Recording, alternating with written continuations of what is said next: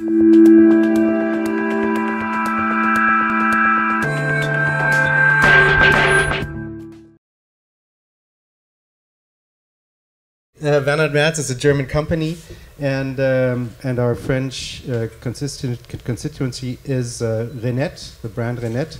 And I'm going to talk about the Recycle Initiative, and the Recycle Initiative is about plastics.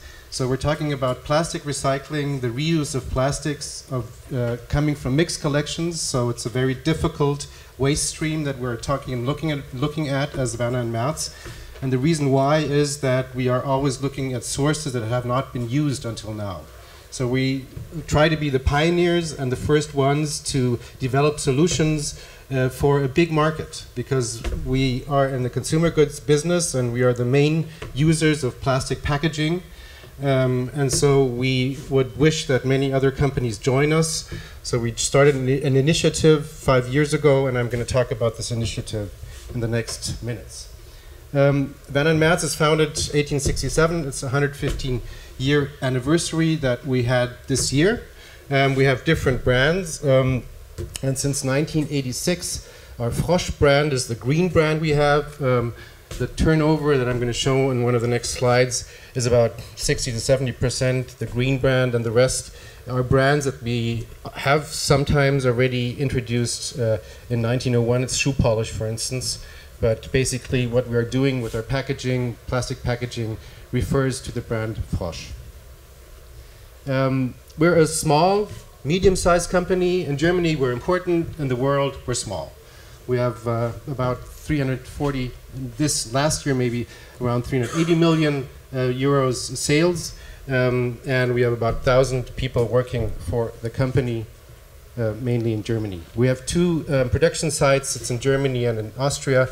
The reason why: we're a family company, and the family owner wants to know what happens in his production sites. So that's why we only have two productions. Even if we try to distribute around the world, we have a pretty successful business in Japan, but we have to transport all our products to Japan, which logistic-wise, supply chain-wise, is a challenge, but the reason, again, we don't want to produce in Japan, because we cannot make sure that the quality criteria that we set are fulfilled there. Werner&Mertz, since it introduced its green brand in 1986, has turned to a fully sustainable, integrally sustainable production company. And we follow the idea of cradle to cradle.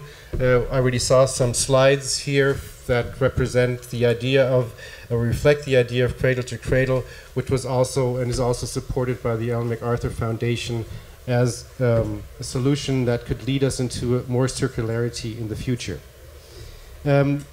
Basically, you have the technical and the biological cycle with cradle to cradle.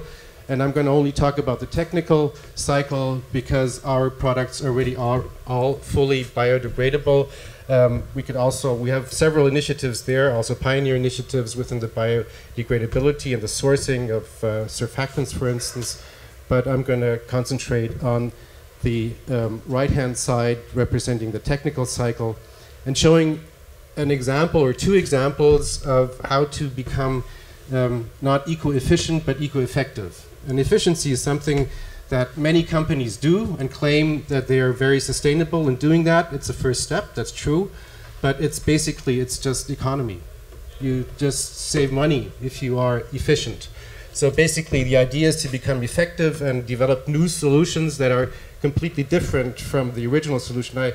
In one of the presentations, the example of the tires, for instance, the Michelin tires, it's good to be and to make tires from recycled materials, but you should think also about the problem that tires are one of the main sources for microplastics. So maybe if you make an innovation, then you should maybe develop tires that don't cause a problem with microplastics. The initiative also is a platform to communicate to the consumers, because of course if you're a consumer product company, then you have to also communicate with the end consumers. And so we also have a site which we call We for Recyclates, and it's a pretty popular site already with many testimonials talking about what Werner&Mertz is doing successfully.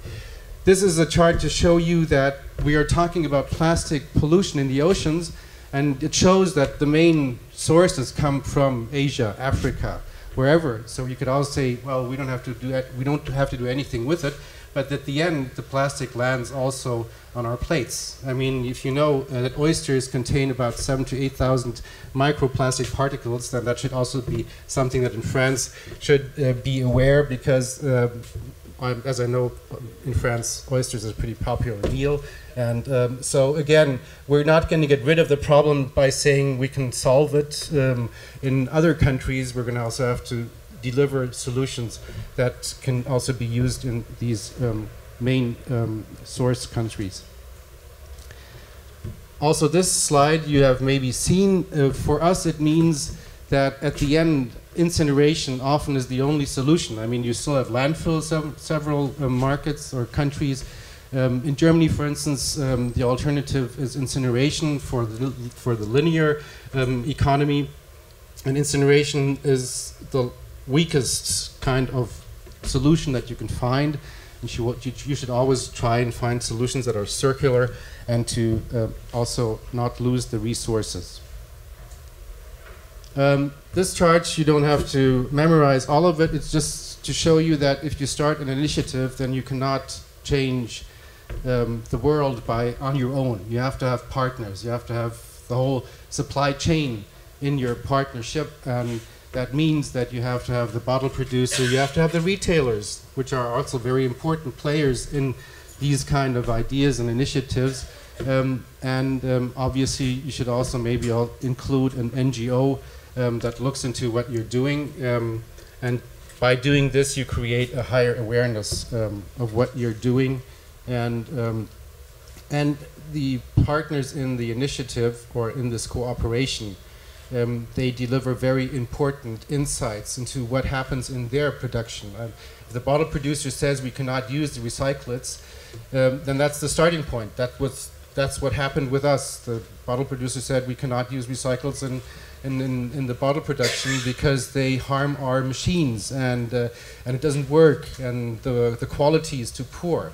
And right now we are at the situation that the bottle producer, it's one of the biggest PET bottle producers in the world, has bought and developed 2 recycling plants and is going into the business of using recyclates in the bottles, in the PET bottles, which we think is a very good sign, and we hope that other bottle producers will also go in that direction of using recyclates in their bottles. What we did, and this is mainly, it's concentrated on PET recycling, was to introduce a new technology for the fine sorting of the PET plastics that were collected. Again, they were collected in a mixed collection. It's not a separate collection, it's not a bottle collection, it's a mixed plastics collection as you would find all over the world. And you need a special technology to really get a high quality of PET to then again produce bottles out of it. And so this is a technology that more or less we were the first ones to introduce into this process. It's not our technology, by the way. Again, it's one of the partners in the initiative. So basically, if you take the left-hand picture, that's what comes out of the mixed plastic collection, even if it's already sorted in PET and other polyolefins. So you see, it's color-wise, it's a challenge, and you have to get the color out, and you also have to get out flakes that cause a yellowing of the PET plastic to get at the end the quality that we need for our products. And again, we're a brand. We sell cleaning products, so if you sell a cleaning product, then you should make sure that your packaging doesn't look dirty, for instance, because the consumer will not buy a bottle where you have the feeling, it's not so safe what's inside. So you need a fully transparent bottle, and it's possible. That's basically what this picture is supposed to say. You can make a high quality, a brand bottle coming from plastics that were collected in a mixed collection to this quality. You need a certain conversion phase. You cannot start from 0 to 100. And this chart shows that, and the yellow thing is, it's the yellow bag, that's the mixed plastic packaging collection in Germany. And the blue part is the bottle-to-bottle collection, which in some countries you have an extra collection. Basically, we still are on our way. We have not found in PET the 100% changeover to PET from the mixed collection, but we're progressing. This chart is again coming from our site, We for Recyclates. We already have sold, as of September 28, 98 million bottles made from 100% recycled material, which shows that it's not only possible for niche markets, you can also be in a very competitive supermarket environment and nevertheless sell many bottles. 98 million sounds a lot. In volume or in amount of kilograms or tons, it's not so much, but we are looking for other companies to join. So again, it's a good number, but it could be much higher if more companies would join and do the same things.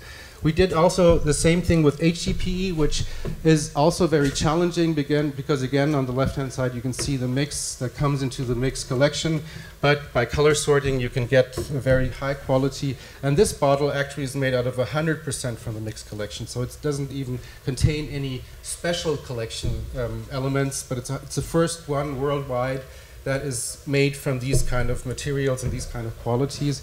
And there are many prizes that we get in Germany, but we're not doing this for prizes, or for awards. We want to convince others to join.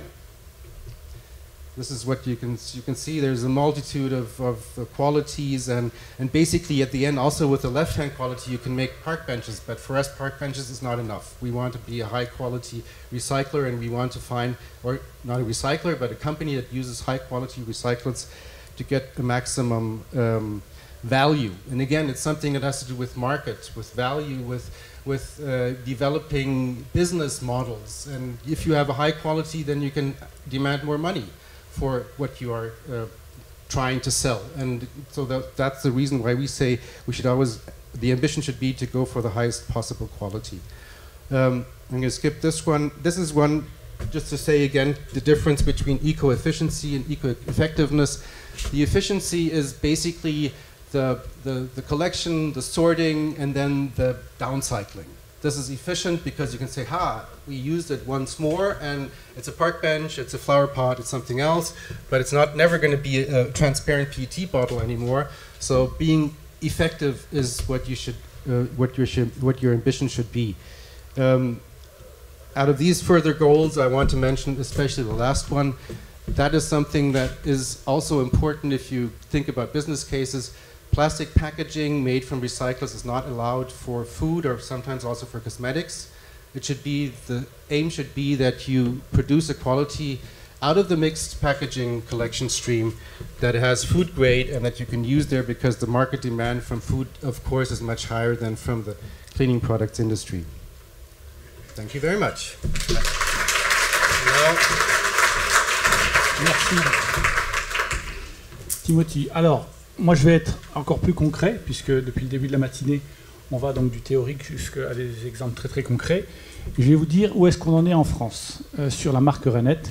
Effectivement, en Allemagne, ça s'appelle Frosch, mais en France, c'est RAINETT. C'est un petit peu plus sympa, un petit peu plus jovial. On l'a vu tout à l'heure, le grand problème que l'on rencontre encore aujourd'hui, c'est la qualité des matériaux que l'on récupère pour faire le recyclage, parce que les plastiques, bien évidemment, sont d'origine diverse, sont souvent contaminés, et puis il y a beaucoup de nettoyage à faire. Alors vous l'avez vu, on s'occupe souvent, quand on parle des produits écologiques ou bio, du produit, du contenu, du jus, mais on oublie souvent la partie technique. Aujourd'hui, vous l'avez vu, on peut vous parler beaucoup de la partie technique. Donc on s'est dit quel chemin nous devons faire pour justement faire que les matériaux qui vont être recyclés de façon éternelle soient de bonne qualité, et donc ça passe forcément par l'éco-conception. Vous avez ici un des produits qui est certifié Cradle to Cradle Gold, qui est quasiment la certification la plus élevée, puisque au-dessus il y a Platinum. C'est un produit, donc nettoyage de vitres, qui fait partie des 4 meilleurs produits du classement consommateur qui est paru il y a peu de temps sur Que Choisir. Donc on est toujours sur des produits efficaces, hein, on n'oublie pas qu'il faut rester et faire le job. Mais quelle était l'aventure pour obtenir cette certification très exigeante? Eh bien, on s'est rendu compte qu'en travaillant donc, de façon over-detailing sur la conception du produit, on avait un certain nombre de composants. Et évidemment, quand on se veut d'être écologique et respectueux de la santé, on a interdit tous les composants X qui rentraient dans la formulation du produit. Mais ce qui est le plus intéressant, c'est la partie technique, où vous le voyez, il y a plus de 250 composants qui rentrent dans la simple fabrication de ce produit-là. Alors, évidemment, il y a tout ce qui est plastique et plastique de couleurs différentes, mais il y a aussi beaucoup les étiquettes. On les oublie un petit peu, elles sont fines, on les voit à peine. Mais ces étiquettes contiennent énormément d'encre de couleurs différentes. Donc il a fallu travailler sur l'innocuité des encres. Et on s'est rendu compte qu'aujourd'hui, dans le monde actuel, sur ces encres, ça provient beaucoup de métaux lourds. Donc il a fallu trouver avec nos fournisseurs des formules d'encre qui soient bien sûr biodégradables et qui ne contiennent pas tous ces polluants. Qu'est-ce qu'on a découvert aussi? On a découvert que dans l'industrie du plastique, la couleur verte venait d'un colorant qui s'appelle le Green 7, qui est un colorant assez mauvais pour la santé, assez polluant. Et ça, on s'en est rendu compte en travaillant, parce qu'on ne le savait pas. Donc ça, depuis maintenant un certain nombre d'années, nous n'avons bien évidemment pas de Green 7 dans nos produits. C'est quand même assez dommage que pour la couleur verte, ce soit une substance qui soit toxique. Donc tous ces éléments nécessitent un énorme travail, on l'a dit, dans cette matinée de collectif. On n'est pas seul, on doit travailler donc avec un réseau, des partenaires, et on doit travailler énormément en amont. On n'est pas seulement sur le fournisseur primaire, mais on est également sur le fournisseur du fournisseur, pour être sûr que dans l'ensemble de la chaîne de nos produits, nous pouvons avoir cette certification Gold qui est extrêmement élevée. Si on parle un peu du jus quand même, il faut savoir que dans la substitution du pétrole, dans les formules, donc, notamment sur les surfactants, eh bien, on utilisait beaucoup dans l'industrie, je ne parlais pas forcément de RAINETT, des dérivés d'huile de palme. C'est comme ça, c'est historique. Mais malheureusement, c'est une problématique parce que l'huile de palme, vous le savez, ça vient de très très loin, donc c'est pas très écologique pour la transporter. Et puis, ça met en compétition et ça met une pression énorme sur les agricultures vivrières. Donc 50% de nos produits, on s'est affranchi donc, de l'huile de palme en utilisant des huiles d'origine européenne qui, elles, sont disponibles en quantité. Et sur ce produit-là, par exemple, qui est arrivé sur le marché l'année dernière, il n'y a pas une goutte, pas un seul dérivé d'huile de palme ou de noyau de palme. Ce qui est très très important parce que très clairement, les huiles de palme, même certifiées, posent une grande difficulté. C'est que pour avoir des huiles certifiées, vous avez besoin d'encore plus de surface. Donc finalement, vous ne faites pas partie de la solution, vous continuez à accentuer le problème donc, sur l'exploitation de l'huile de palme. Alors il est important d'associer le consommateur. Le consommateur, il va acheter le produit, bien évidemment, mais aujourd'hui, vous le savez, les consommateurs ont besoin d'engagement, ou en tout cas une grande partie veulent des choses sincères et veulent être partie de la solution. Donc comment faire voir ce produit et dire au consommateur qu'il y a une initiative forte qui est derrière? Eh bien voilà, on a stické les produits en expliquant la démarche, que sur ces bouteilles, il y a 100% de plastique recyclé, et on essaye aussi de faire donc, des animations en magasin, en point de vente, pour expliquer notre démarche et faire comprendre que lorsqu'ils achètent un produit RAINETT, eh bien, ils ont la certitude que la bouteille n'ira pas dans les océans, mais sera recyclée, puisque comme on l'a vu tout à l'heure, on a plus de 90 millions de bouteilles. C'est quasiment 2 bouteilles par seconde qui ne vont pas dans les décharges, qui ne vont pas dans les océans, et qui ensuite ne se dégradent pas en microplastique, qu'on retrouve malheureusement dans nos assiettes, et bien évidemment qui sont stockés dans notre organisme, et on ne sait pas trop encore ce que ça va faire dans quelques années. Alors, juste pour conclure, parce que je sais que tout le monde est à la recherche de temps, n'est-ce pas? Je voulais vous dire que, bien sûr, ça c'est notre ADN d'être écologique, mais tous les jours on se rend compte de l'impact positif que ça peut avoir sur les équipes lorsqu'on est capable d'apporter une solution qui est encore meilleure que ce qu'on a fait il y a 5 ans et que ce qu'on a fait l'année dernière. Bien évidemment, ça permet de rendre l'entreprise et la marque un peu plus visible, puisqu'on a une véritable histoire sincère et consistante à présenter et qui rencontre les consommateurs. Et puis ça va nous permettre de créer de nouvelles alliances avec nos clients distributeurs pour aller plus loin. Aujourd'hui, les distributeurs distribuent les produits, mais ce qu'on veut, c'est qu'ils soient aussi un acteur, comme on l'a vu sur l'initiative allemande, comme REWE. Et donc nous sommes en discussion avec des distributeurs en France et nous allons avoir une initiative qui va se voir l'année prochaine sur le marché français. Voilà, c'est ce que je voulais dire en conclusion. Merci. Vous pouvez nous retrouver bien sûr sur RAINETT.fr, sur l'initiative Recyclette, sur la C2C Community qui explique donc le paradigme qui a été abordé ce matin d'économie circulaire à impact positif et non pas impact nul. Et puis sur Facebook pour ceux qui sont plus jeunes. Merci.